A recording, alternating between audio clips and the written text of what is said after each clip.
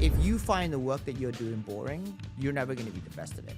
Why did you think that being a lawyer wasn't for you and going down a different route was the right decision? I realized pretty quickly that being a lawyer wasn't what I wanted to be. Having that background was super helpful in crypto. Life-wise, career-wise, hustle really matters, hard work really matters, but it also matters just be in the right industry. Mindu, the COO at Animoca Brands, one of the leading investment firms in Web3, known for backing projects like the Sandbox and advancing decentralized ecosystems across gaming, identity, and education. There was a point where I was like, oh, this is amazing. And then, I lost everything.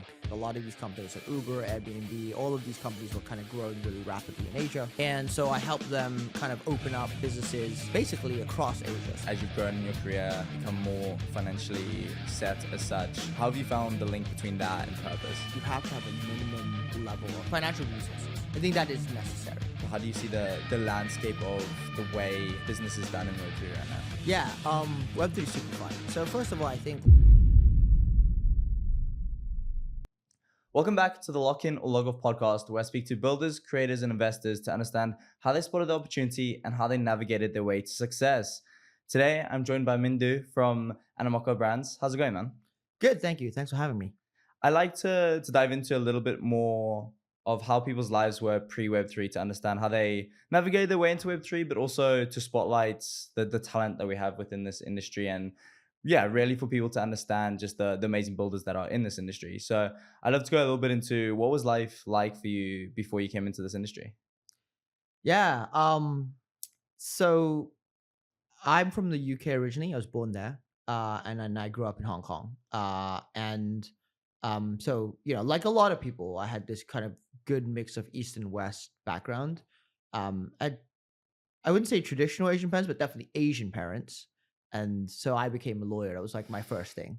I actually saw your podcast with Farouk, and I didn't know Farouk studied law, but I was I did the whole thing. So I studied, and then I trained, and I qualified. I have 2 qualifications. I still have them.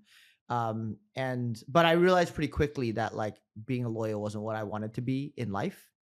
I think turns out having that background was super helpful in crypto, right? So we'll come back to that. So I did that. I did the lawyer thing, and then I was like, okay, I'm gonna start my own business. So I built my own business in prop tech, what is now called prop tech. It was real estate stuff. Did that for a few years in the UK, but then realized that I needed to go back to Asia. This is about 2010, and I realized that Asia was where the economic growth was happening. Right, China was booming. The Beijing Olympics were 2008, and I could see from the UK, I could see what was happening in Asia. So I moved back to Asia, and I joined a US company called GLG, where I spent 10 years building. I was doing, I'd come out of my own business. So I knew what it was like to and we made some money, but it wasn't massive, right?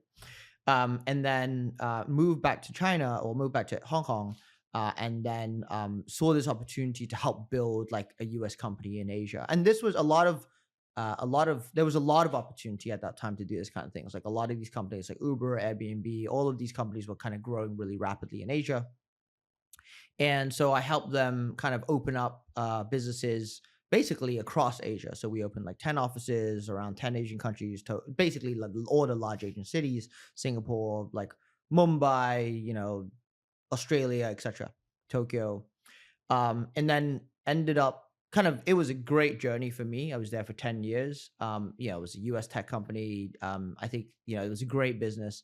And then ended up as the CEO for China there. So I was running that company for in China for 3 or 4 years before I made my way into crypto. I started doing crypto personally in 2016. So I bought my first Bitcoin at 900, which obviously It's aged very well. yeah, it's aged well for sure. But everyone who's been in crypto since that time is done well, right? But it was very much a thing that was an alternative, a completely out of the working, especially in working Hong Kong. And I was working in a finance adjacent industry, and I'd come from law. So I was very familiar with the traditional frame of how things were done, especially in an Asian culture. And Bitcoin was really something from like the left field, right? It wasn't even startups. Startups were already like quite accepted, but like Bitcoin was, and Ethereum was like even further out. But it turned out at that time that Hong Kong was becoming, and people didn't know this at the time, and I didn't know this, and the government definitely didn't know this, but Hong Kong was becoming the crypto capital of the world for that era. And so 2017, 2018, the ICO boom happened. I rode the ICO boom all the way up and all the way down. It was it was a point where I was like, oh, this is amazing. And then, I lost everything. But it turns out Hong Kong had just become this place where kind of crypto capital, crypto entrepreneurs were focused, right? So if you think about it at that time, like FTX was there, Binance was there, OKX was there, Block One, which EOS was there for a while. Uh, Cardano was there. Like, just there was this weird attraction. I think because Hong Kong didn't have any regulations around crypto at that time, but it was a very good, like, free open capital market. And it had good talent, both like tech from China, but also just like guys who understood finance in that. So Hong Kong had become this like hub of crypto. So I was in and around that crowd, still doing my corporate job actually, but I was like, getting involved in these crypto kind of meetups and things like that. That was a very different era. And then was going to join actually crypto full time. I had decided pretty early on. I was like, oh, this blockchain thing is going to be a real thing. And I do believe like life wise, career wise, hustle really matters, hard work really matters. But it also matters like just be in the right industry. Like that really, really matters. And I decided blockchain was where I was going to take my career. So I had a bunch of, job offers from exchanges. And I remember this exchange doesn't exist anymore. I went in and this was a startup, right? It was a startup exchange. They hadn't even launched the exchange yet. And I went in and they had taken like this floor in the nicest building in Hong Kong. And it was like double height ceilings and it was all white, like a spaceship. Yeah. And they had these like super hot Russian models as the receptionists. And I went in going like, oh, this is probably not like going to last. Yeah. So I didn't join the industry full time then. I worked in China for a few more years. And then by 2020, I decided like, okay, I was CEO for this Chinese business. It was a pretty sizable business. We had 400 people in China. Like I was the CEO. I reported to the US, but I was running the China business. And then the geopolitics started to change. And it became very apparent that like I cannot be a CEO for a Chinese business that is an American company for the long term. And especially in the industry that we were in, which was like research, due diligence. I had to, I was the guy with my name on like the company registration. So if there's anything that went wrong, It was on you. it was on me. I was going to be the guy in the orange jumpsuit. So I had decided at that point, I was like, I got to think about what I'm going to do next. And I knew it was going to be blockchain related. And then, I do believe in serendipity and, I'd known Yat Seal for a number of years by then. We weren't friends, but like, Hong Kong's not that big. And tech is not that big in Hong Kong. And so, ended up that Yat was looking for people who knew how to run businesses and knew crypto. And there weren't that many people in that category. Yeah, I think it's an amazing story all the way throughout. When going back to when you decided being a lawyer wasn't for you, you wanted to go down the business route and entrepreneur route, what was the realization there? Like, why did you think that being a lawyer wasn't for you and going down a different route was the right decision? So I think a lot of things are in retrospect. You realize who you are. I'm probably a little bit older than the average crypto person, right? I mean, there are a lot of good, like, kind of senior professionals in crypto nowadays. But I think most of those realizations are in retrospect. You don't realize that at the time, right? When you're there, you're like, oh. And so the reason why I didn't want to be a lawyer was like a few key reasons. Number one, I found it boring, right? And I think that is a really big deal. Because if you find the work that you're doing boring, you're never going to be the best at it. right? That's just like fundamentally like that's it. Like if you don't enjoy what you do day to day, you will not be good, right? Um, and I also believe like in really hard work. And like later in life, you know, I practiced this and I explained it to people I had. I was like, look, when you're early on in your career, you have to work really fucking hard because it's very simple. The math is very simple, right? Like if you, the average person works like let's go 5 to 6 hours a day, right? When they start their career. If you work 8 to 10 hours a day, you are doing like 50% to double the work that the next person is doing. So if you do that, you'll be 50 to 100% better than the next person pretty quickly, right? And that is just fundamentally true. It's just like math. So, you know, I knew that I couldn't be the best at being a corporate lawyer because I didn't enjoy it. I didn't want to put in the work that you needed to put in because I found the work kind of boring. The second thing is I didn't like the business model. I was like, I don't get why I'm charging for my time. That seems like a stupid thing. Yeah. It still is the business model for lawyers. And, you know, in retrospect, again, I understand why that is the case because that kind of model gives the lawyers like a stability of income that it doesn't matter like good or bad, you know, like it's not like in bear markets, you pay the lawyer less. You might pay the lawyer more actually Yeah. in bear markets. So that volatility that we see in crypto, you know, lawyers, they do have it, but it's not the same. But I didn't want to be in that kind of business model. And then I wanted to build something that's scaled, right? I guess the final reason though is like I really wanted to kind of carve my own path at that time. I think that being like a young person, you always want to carve your own path, and I definitely had that. And I had been on that journey since I was at uni. I went to the LSE and I helped I founded a society called the LSE Entrepreneurs, which at the time was like a very small thing because when I was in school, finance was the big thing. This is pre-financial crisis. And entrepreneurship was not a big thing. But that society and that group of people that I hung around back then, all became pretty influential people. Like some guys went to become partners at YC, some guys founded startups, became really successful. And so that entrepreneurship crew that we had in London, like in the early 2000s, were you know all were like early guys who got into entrepreneurship. And so I had always had that strain of like, okay, I got to do my own thing at some point. So, you know, by the time I was 2 years into being a lawyer, I was like, okay, it's about time. I got to do something else, basically. Yeah. You mentioned you realized like obviously the model for being a lawyer was like paid per hour and you wanted to kind of change that. But you also mentioned like hard work's a given. I do think like hard work is a given in if anyone who wants to be successful. But how have you seen the change in society from the perspective of leverage now, where it really depends what industry you work in and what kind of environment you're in and the product and whether it's media or whether it's code, anything like that, the ability to leverage hard work, because there's a lot of people that still have the perception of it's just how much effort I put in instead of viewing it's like where you put that effort actually makes such a huge difference in terms of what the output is. How have you found that from both your career, but also how you see society now?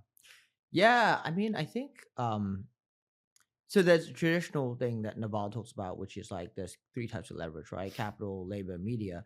And I do think that all of them are important, right? Now, the labor one is the one that's questionable right now because you have AI. But I do think because you have AI, actually the good labor, like the good people, is actually going to become even more important, right? And this is a question that we have around society. Like I have kids. And I actually don't know what the society will look like in 5 to 10 years, right? Because I'm like, we're at iPhone 2 right now of like AI, like, Yeah. holy shit, right? Like, Scary. it's a little worrying. So I have no idea about. I mean, we can speculate about what I think, but you know, if you ask me to like kind of carve out the vision of the future, I can talk about what I think, but you know, we'll see. I do think that all three of the leverage are important. But all three may also decline in importance over time. And, you know, that actually may be the vision of the future that we end up with, whereas like, because media, labor, and maybe eventually capital, and the risk I think that we see is like, you know, not to dive too philosophical too early in this conversation, but I think with capital, that's going to be the question mark because you can kind of see where labor and both content and labor are going to become abundant, right? I mean, we're doing this podcast now. It's going to be fun. Some people are going to watch it, but the AI will pretty quickly be able to replicate, Yeah. all the content out there. And so I think that one of the questions we're going to have facing us as a society is like, what do we actually value, right? Do we value like, do you value AI art? I think right now people do still value AI art. Like people look at it, they're like, oh, that's cool. But I think quite quickly we're going to be like, well, there's just AI art everywhere. So when it comes to people, like my philosophy on people has always been like, I only work with people I like, right? I never work with people I don't like. It's just like it's not worth the time, So the right? whole play long-term games with long-term people. 100%, right? You have to play long-term games with long-term people. And again, similar to your job, like you have to, similar to like liking your job, you have to like the people that you work with. If you don't like the people that you work with day to day, like you spend more time with those people than you do with your family by far, right? Yeah. It's not even comparable, Yeah. right? And you're supposed to be like, love your family, whatever. But the guys that you're with day to day when you're working, those are the people you spend the most time with. So you better like them. So look, the way I live my life is I do things like that I believe are long term, but are also things that like in the short term or in the relative short term, I'm like, okay, these are people that this is stuff that I enjoy working on. These are people that I enjoy working with. So that's how I live my life. But I think society is we're at this very interesting inflection point where I don't think anyone really knows what's going to happen when it comes to the future of AI. Yeah, I've been having a lot of discussions this week with different people within AI, and a lot of people very very far down the AI kind of cycle and kind of in the trenches, like struggle to be optimistic in some ways around what that looks like. I think, I think it's gonna be interesting to see how that plays out for everyone who, both society but also for humans as a whole. Like it kind of removes like the need for a lot of people's purpose, and I think that kind of goes back, and I think it's one of the hardest discussions. Like it kind of, if people are no longer working for money, it kind of starts the whole lottery curse, but for everyone, where it's like you're no longer, like everyone's current number one purpose in most people's lives is like, oh, okay, I want to get a good job, I want to start making more money for my family. And like people they're always working towards more money, and very few reach the goal of like huge abundance within their life. And so in some ways purpose is this sort of north star, or no, sorry, money is their north star. But as kind of AI continues to automate everything, we may kind of remove that. How have you found your perspective on, as you've grown in your career, become more financially set as such, how have you found the link between that and purpose? Um, Purpose, I do think that you have to have a minimum level of financial, um, so like financial resources, right? I think that is necessary, right? I don't think you can really drive your life forward when you're worrying about that every day. But I do really think that there are diminishing returns on having more and more money, right? And that's very clear to me because I think that like when you're young or when you're younger and you like have a bunch of money, you're like, oh, I can buy a nice car. It's cool. But then like by the time you're on the third nice car, it's like, it doesn't really matter. Right. Like, is it really that different to have a Porsche or Ferrari? Yeah, it's different, but it's not that different. Right. So I do think that like one of the things, well, so first of all, before AI, I do think that the best people that I've worked with are people who are driven by purpose, right? There are lots of people, lots of my friends in life are very successful business people, and most of their career has been driven by like a passion for something, whether it's real estate to create and curate the nicest spaces, right? Architecturally or whatever it is, or in fashion and design, where they're just like really passionate about kind of the details of design. It's not because they really want to make money by selling the next dress. It's because they really, really care about The like art of the actually what they're art of creating. actually what they're developing, right? And I think this is true for like many, many of the best kind of entrepreneurs and brands out there. Now, at some point, that does kind of change when you get to like this corporate level, right? And we can talk about that. But yeah, I do think a lot of the most successful entrepreneurs are really there driven by purpose. At least that's a big part of why they do what they do. And I think that will still remain at least in the short term, right? I think in the short term, relative, let's call it 5 to 10 years, that's not going to change. I think that like AI will have a lot of impact on kind of how we employ people and how people have jobs and things like that. But But people and purpose will still be driven by humans. I don't think AIs are going to have purpose Yeah. in the short term. Um, and so I do think that we are going to really have to have an evaluation of what do we value as a society when it comes to AI. If you think about, you know, I'm Asian, so this is like even more in Asia, right? Uh, you look at how we value people, and we used to value people based on like intelligence, effectively, right? Yes, there's like emotional intelligence, but like academic intelligence and analytical capability was like definitely one of the ways that we valued people. Um, and for better or worse, like now the computer can do 90% of that kind of stuff, right? Um, and so the question is really going to be, there'll still be like that elite kind of group of humans that can really understand the computer. But for the average person, most people are not going to understand the computer, but the computer is going to be able to output kind of intelligence that's way beyond what the human can do. And that's just going to continue to increase. So then the question is going to be societally, what do we value as humans, and how do we value it, and how do we express that value? It's a little corny and a little cringe, but I do think we will come back to like purpose and love, right? To a certain extent. And how do you create the connection with other humans? And that's, I do think, what people value the most, right? Whether it's, in wine, right? Like there's nothing particularly intelligent about wine. Yes, there's like how do you curate the grapes and all of that kind of Yeah. stuff. But wine is really, when people buy wine or watches or whatever, to a certain extent they're buying heritage. They're buying um the feeling of being associated with that brand. And that is like 90% of the value. So I do think we'll see like a bigger trend towards that type of value. This is why we remain really excited about NFTs, and I think like regardless of like what is going on in the market with meme coins, whatever, like I'm pretty certain in like 10 years time a pudgy penguin or a bored ape is going to be worth a lot more than it is today, because that's going to be the vibes that people care about. They'll be like, oh, I'm part of this heritage of like being an ape or being a penguin holder. So I'm very bullish long term on the OG NFT Yeah. collections. Yeah.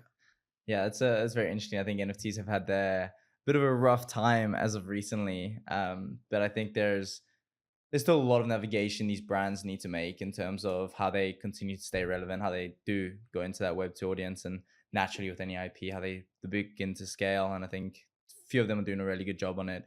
But going into the Web3 side of things, you obviously come from a corporate background, working with a lot of these big companies. Web3 is somewhat, in many ways, the total opposite in terms of how it's run, the behaviors of the audience, the behaviors of the businesses. How did you find that transition? But also, how do you see the landscape of the way business is done in Web3 right now? Yeah, Web3 is super fun. It's super crazy as well, but it's super fun. So first of all, I think like for us as a company, we've always aspired to be both like deep in Web3, but also institutional. And I do think that like long, like medium term, that's going to be very important, right? The amount of capital in like institutional capital versus in like core Web3 is just like incomparable, right? Yeah. Institutional capital is still like many, many, many times more. Web3 is growing and it's a great industry and it's a super fluid and fun industry, but it is, I think, and we see these signs now like growing up slowly. Um, I think, for me personally, the transition was not that hard. I'd been an entrepreneur before, and also like when I was building this business in Asia, um, when I started off, it was very, very small.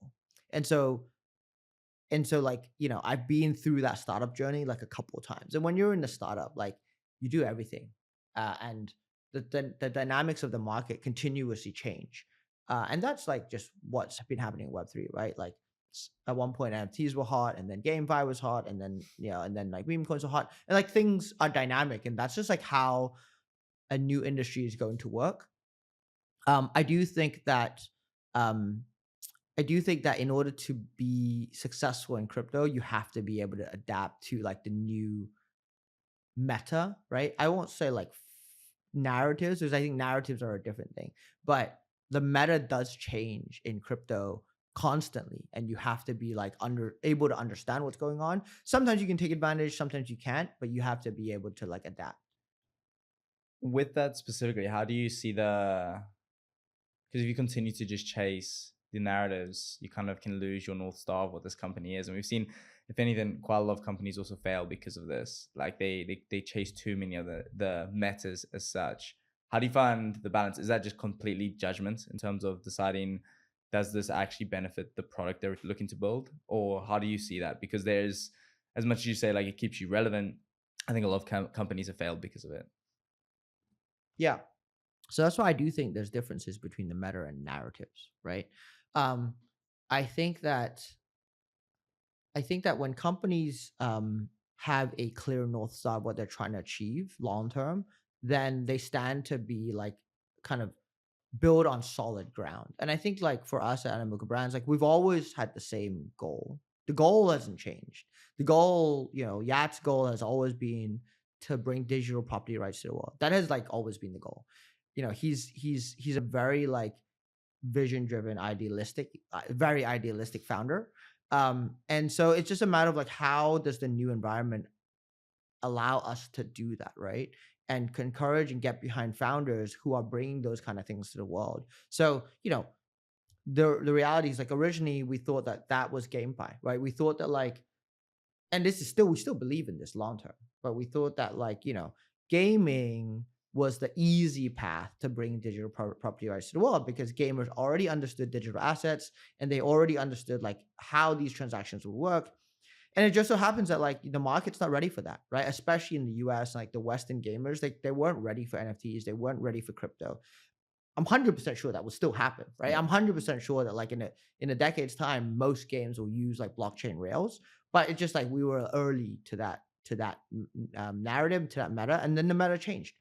And I think NFTs again have been through tough times, but there are still NFT teams that are doing great work. And you look at like someone like Luca Netz and Pudgies, who you've interviewed, whom I'm a big fan of, right? He's a great founder. The guy is 25 years old. He's going to be here for like the next 20, 30 years building his penguins. And those penguins are going to be huge. And, owning a Pudgy penguin, like an OG penguin or even a little Pudgy, is going to be like a marker of like digital ownership for the long term. Like there's no doubt in my mind about that. So I do think that like again, NFTs who have gone up and down, they will be part of the long term meta as well. That is undoubted. And I think that like AI is going to be a very important kind of thing to think about next. I mean, we already think about it a lot. But it's still to do with digital property rights, right? So, like how do you know that like that thing is a human on chain versus an AI, right?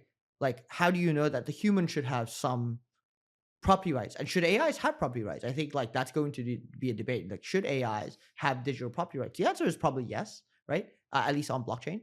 But that's a debate we can have. So I guess what I would say is for us, and I think that this is true for the most successful companies. The North Star of like what we're trying to achieve, which is like deliver digital property rights to the world, has never changed. But what the new metas or the new technology, in the case of AI, deliver to or bring to that dynamic are the things that we have to continuously evaluate.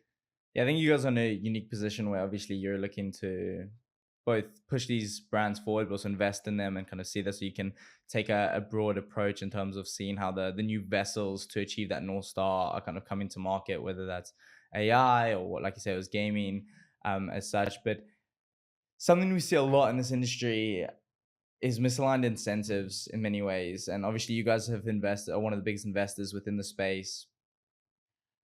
One of the big things we see is a lot of people are incentivized to be good marketers over good product developers as such. How do you see us changing this misalignment and incentive? Because I think it goes all the way through from the products themselves to the KOLs, to the creators, to the investors. Everything on that kind of is currently in a cyclical move of people who are basically good marketers and then they kind of launch a token as such, kind of pre-product in many cases. Do you see that as an issue or how do you view that? I think there are many paths to Rome. That's how I think about it. I think you can be successful if you're a fantastic marketer and you build with marketing first and you build a community that gets behind you, kind of like Luca's done, and then you from there you build product, right? Like, and you look at the case of Pudgy Penguins, like they had a bunch of penguins that they didn't even create, they bought it from someone, right? Yeah. But then they just got behind it and they're building that brand, and then they're gonna bring product in, right? They're gonna bring Pudgy World, they're gonna bring Abstract. But you can also be very successful if you have great product and then you build distribution. But you need both. At the end of the day, you're always Yeah. gonna need both, because there are so many good products that have no distribution and have no audience, right? Like there's so many technical founders that we meet where they're like, their technology is pretty awesome, but they have no clue how to run a business. Yeah. So I don't think you can look at it and be like, oh, marketing first is bad. I do think that like marketing only is bad, but you can have marketing first and you can build product, right? So I do think that like, okay, so in the case of like, we were talking about what the North Star is for our company. And the reason why we started Mochaverse is because what we believe, we in 2023, we started really thinking about what was the fundamental primitive of digital property rights. And the conclusion we came up with that the fundamental primitive of digital property rights is identity. Digital identity, decentralized identity, having humans recognizing like, who is a human on chain, who is a unique human, what is the information around that human that matters to like their partners, right? That was the fundamental primitive. But that project started as an NFT, right? Yeah. We're like, okay, well, we're going to build an NFT. That is the fundamental thing about PFPs are your online identity, right? Like you can recognize, Gaga's ape for like from miles away. You know who that is. You're like, you see that ape, you're like, oh, that's Gaga. Yats ape, like I recognize, I think most people at this point, probably anyone who's in the Bored Ape ecosystem, like recognizes Yats ape, right? That is identity. So that's where we started. But then as we built the NFT and as we built the community, driven by, by Tyler, then we started to build the real tech, which is the decentralized identity underlaying, right?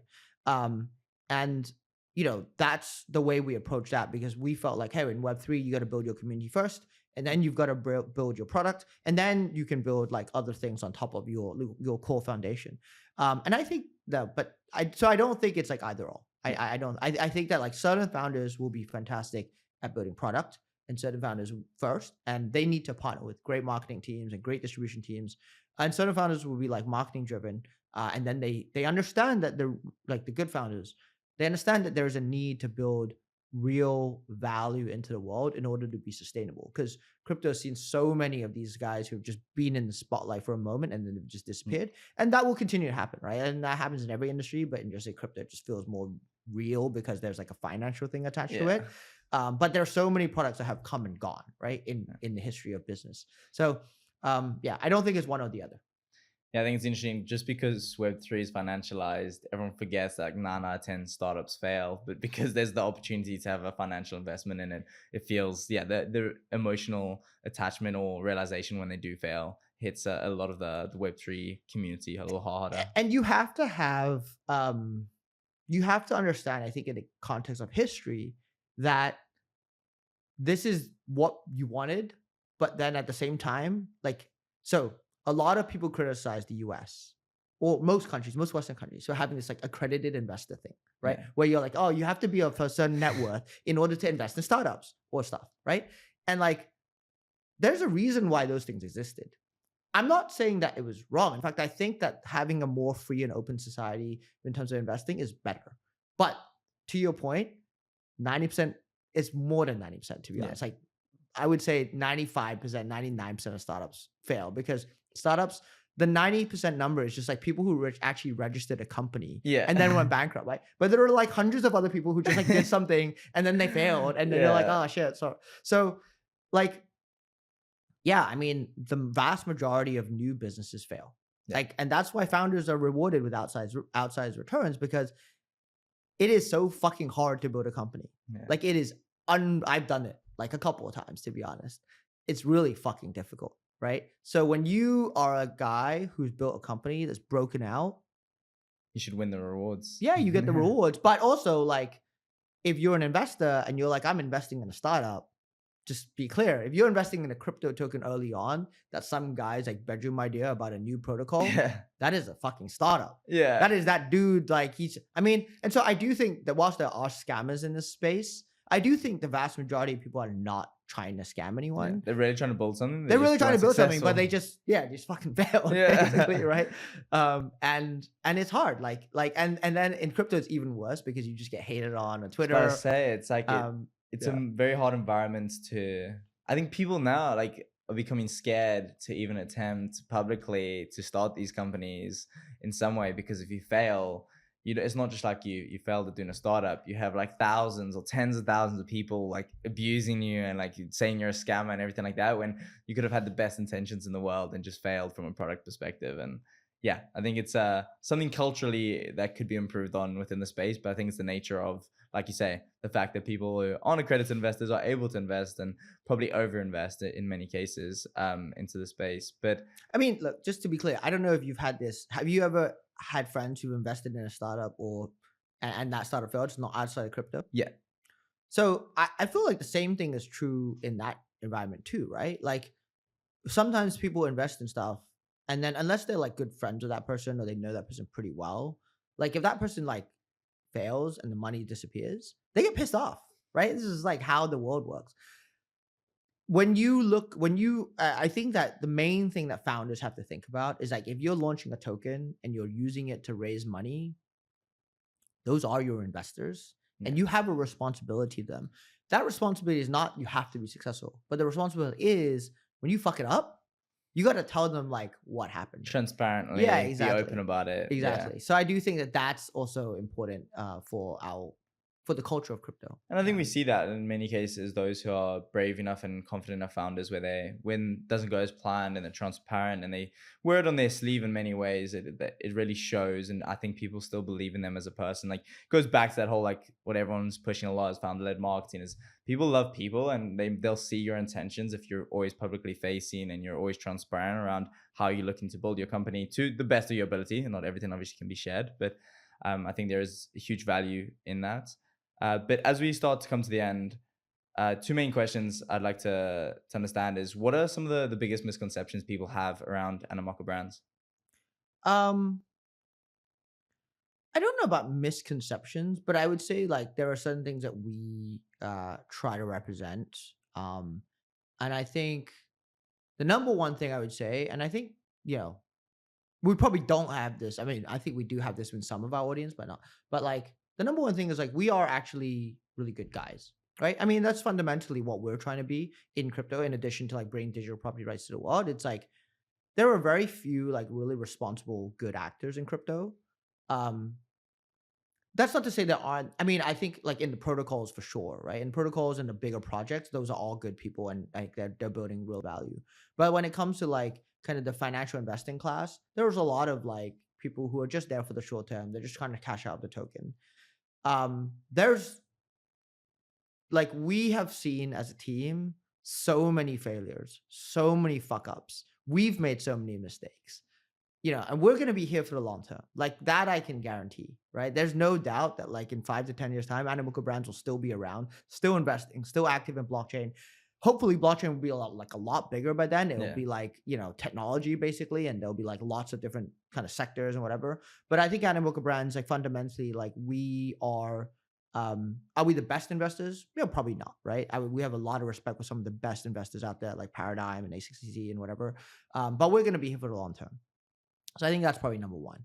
I think number two, we really do understand Web3, right? So we understand, I think Web3, maybe I would say like Paradigm are kind of the leaders in like just being really technical and deep and understanding Web3, and massive respect for those guys.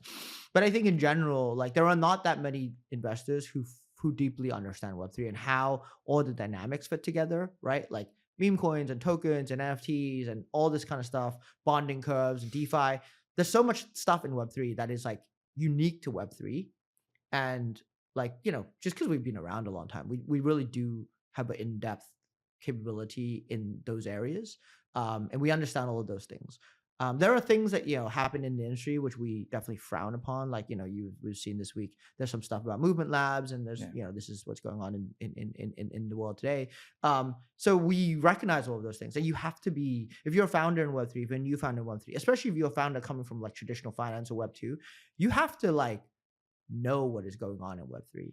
And I would say like a lot of people, um, they come in a little naive to Web3. We believe in the power of Web3 technology, but it's also very important to be very aware of what the risks are. And then I do think that like, you know, again, not a misconception per se, but I think Animoca brands not only will be here for the long term, but we will be here as one of the players who also understands Web3, but can also work with the biggest institutions in the world. And I think there are very, very few companies that can do that. We work with Standard Chartered on a regulated stablecoin. Like, I think we're probably going to be one of the first, if not the first, regulated bank-backed stablecoins in the world, right? Like in partnership with a retail bank, right? I mean, Standard Chartered is one of the world's biggest banks. Um, we're working with the government of Saudi Arabia on their blockchain stuff. And so I think there's very few companies that can really bridge those two worlds, and that's what we intend to be, right? As a team. Yeah. Yeah, I think seeing that growth within the connecting the Web 2 world and the institutions in the Web 2 world to Web 3 is definitely going to bring more stability to our industry, and also just a better perception from everyone externally around the belief in the tech. I think there's a lot of us here, we're all like, oh, we believe it, but there's still a lot of convincing to do with a lot of like external parties. But one final question as we come towards the end is, what does the future look like in the short term, 6 months to a year, for Animoca brands in terms of how you're planning your strategy for the next year to really push the space forward? Yeah, I think you'll probably see some changes in the way we like communicate who we are as a company.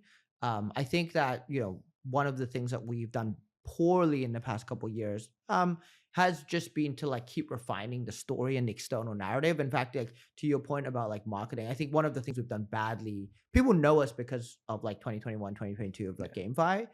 But most people out there probably still think of us as like a metaverse company, right? And a gaming company. And like we are still that, but we're like a lot more than that today. And so I think the main thing that people will see in the next 6 to 12 months is like not that we've changed anything fundamentally about our business and the way we go about, because I do think our model is relatively unique and actually better in Web3 than Web2. So what you'll see in like VC in general is that like a lot of the VC firms are becoming these like RIAs and kind of VC plus type institutions. And I think that's what we've always been. Actually, we've always been like a pretty active investor when we find categories of things and specific companies where we're like we believe in them very strongly. We will invest resources and support to try to make those things successful, because we're trying to achieve the goals of the firm long term. So I do think that like we've always been that, but we haven't really communicated it externally about how we operate. And so I think what you'll see is just a lot more communication from us. I think medium term, we definitely have the goal of taking the company public again. We used to be a public company. That was the origins of the company. And so we have a plan to do that at some point in the future as well. Wow, very, very exciting times. One, just as we wrap up on the kind of the rebranding, and not rebranding, but recommunicating. How do you do that? What does that look like? Is there any specific channels that you look to really tell your guys' story to make sure, like you say, get the accurate representation of what you guys truly are doing? Well, I mean, stuff like coming on podcasts like this, I do think it's there's a multi-layered approach, right? I think, honestly, if you've ever been to our website is like it feels like it's from the 90s, right? I mean, it's just a matter of like, because we built this company and then crypto moves so fast and we kept layering on more and more things on top of it.